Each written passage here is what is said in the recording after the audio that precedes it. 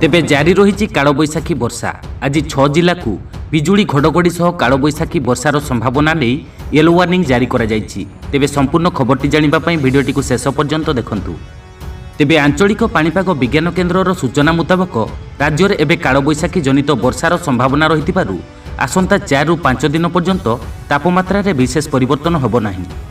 भुवनेश्वर, बारिपदा और नयागढ़ में गतकाली पारद 39 डिग्री अतिक्रम करथिबा बेले आज भुवनेश्वर और बारिपदार तापमात्रा 38 डिग्री को खसीची और नयागढ़ तापमात्रा प्राय 4 डिग्री खसी 35 डिग्री रे रहिछि। गतकाली राज्यर प्राय स्थान में पाग मेघुआ रहिथिला।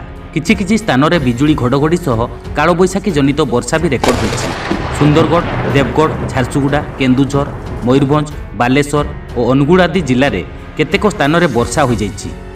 आउ एथिसह राज्य में आज तापमात्रा रे विशेष वृद्धि परिलक्षित होई नाही।